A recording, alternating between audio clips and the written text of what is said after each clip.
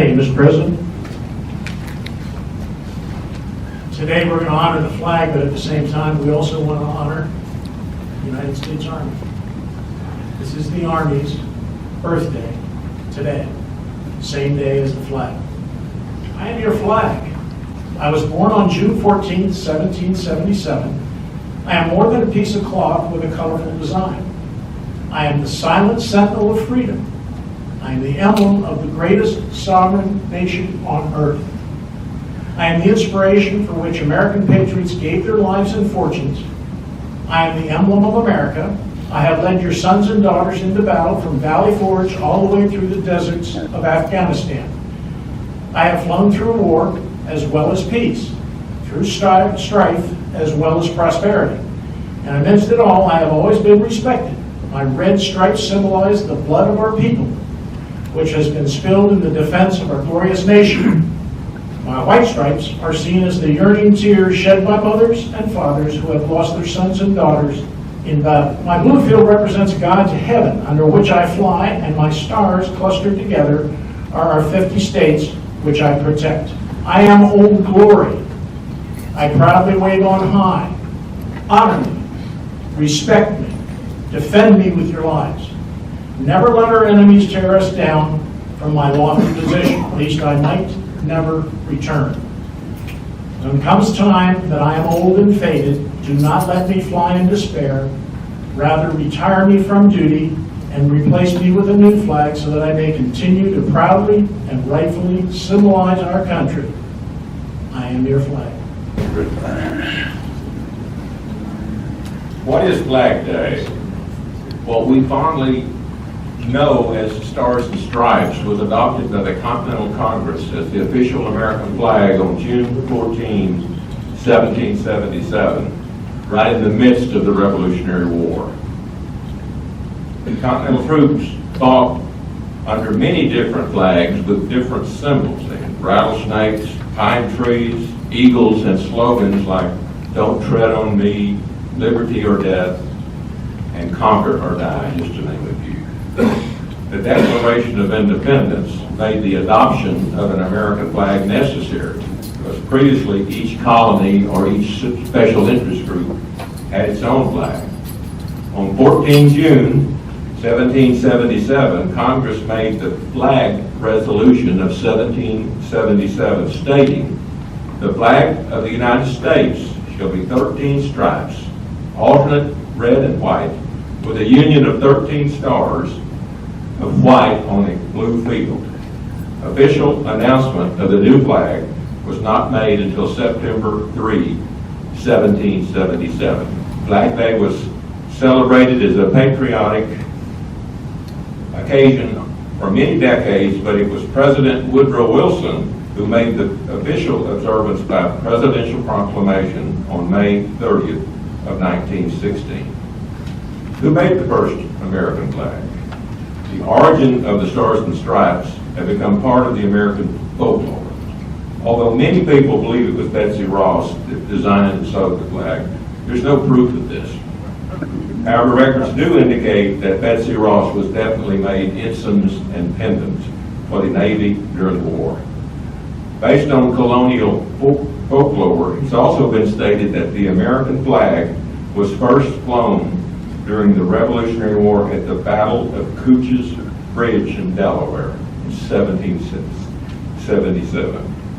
This may also be the stuff of legends. However, what we do know is this. The original 1770 flag was designed to represent the 13 original colonies. It did have 13 white stars on a blue field, and it had 13 alternating red and white stripes. One of the first flags designed had the stars arranged in a circle, based on the idea that all of the colonies were equal. In 1818, after a few design changes, the United States Congress decided to retain the flag's original 13 stripes and add new stars to reflect each new state that entered the Union. Each time a state was added to the Union, a star was added.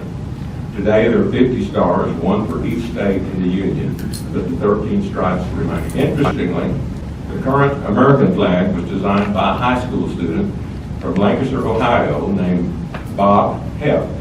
Even though Bob's history teacher gave him a B for not knowing how many states the Union had, Bob submitted his design to the White House unprompted in anticipation of Hawaii and Alaska joining the Union.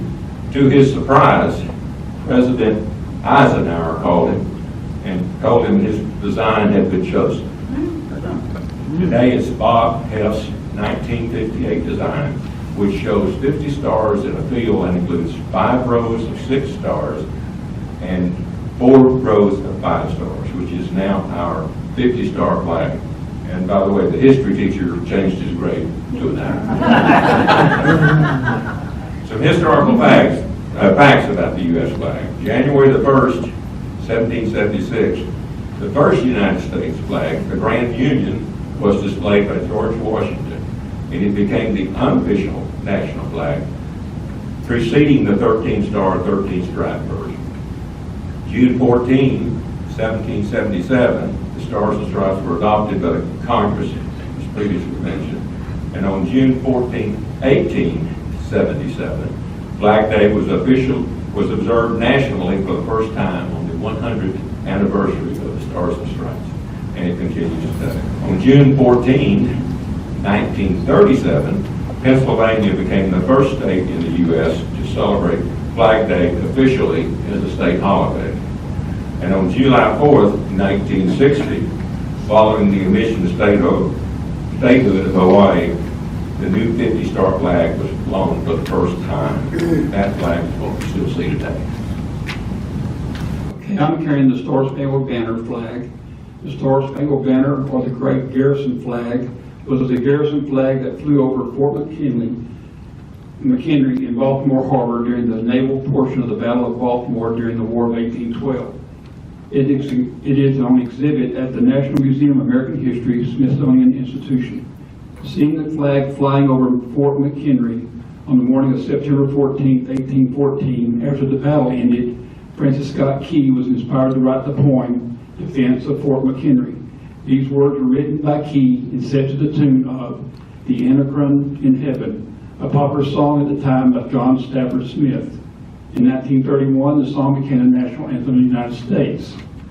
More broadly, a garrison flag is a U.S. Army term for an extra-large national flag that is flown on Sundays, holidays, and special occasions. The U.S. Navy term is holiday colors. With 15 stripes, the Star Spangled Banner remains the only official American flag to bear more than 13 stripes. Yeah, the Grand Union flag has been referred to as the first national flag of the United States, which is sort of true and sort of false. Before its use, the various colonies' fighting men had been using their own separate colors and colonial flags. So in that respect, it was national in its more unified use by the Second Continental Congress and the United Colonies. Its first recorded use was when a young Navy lieutenant, John Paul Jones, raised it on the colonial warship Alfred on December 3rd of 1775.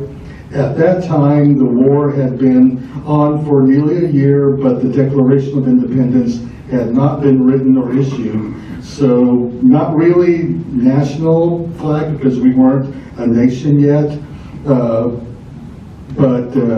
we have been fighting for a while, and that it did help with the unification of a unified flag for all.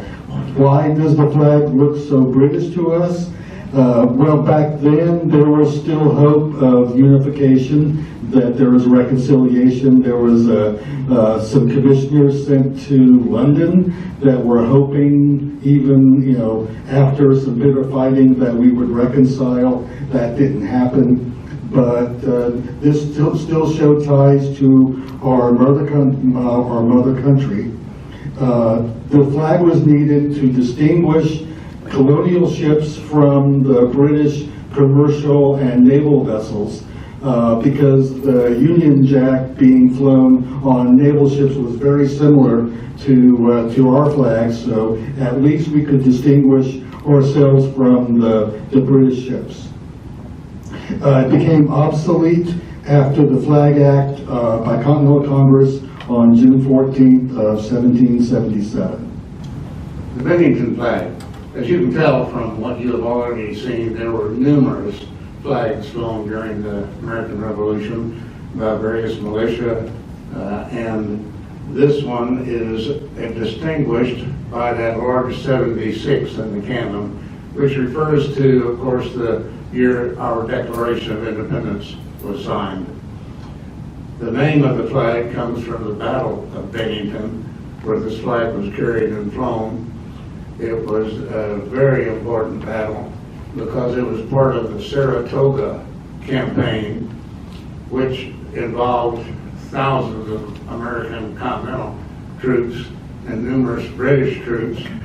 George Washington and the Continental Army won those battles, and that victory was significant because by that time it was apparent to France and Spain that we could defeat British troops, and they came out from then on in open support of our revolution.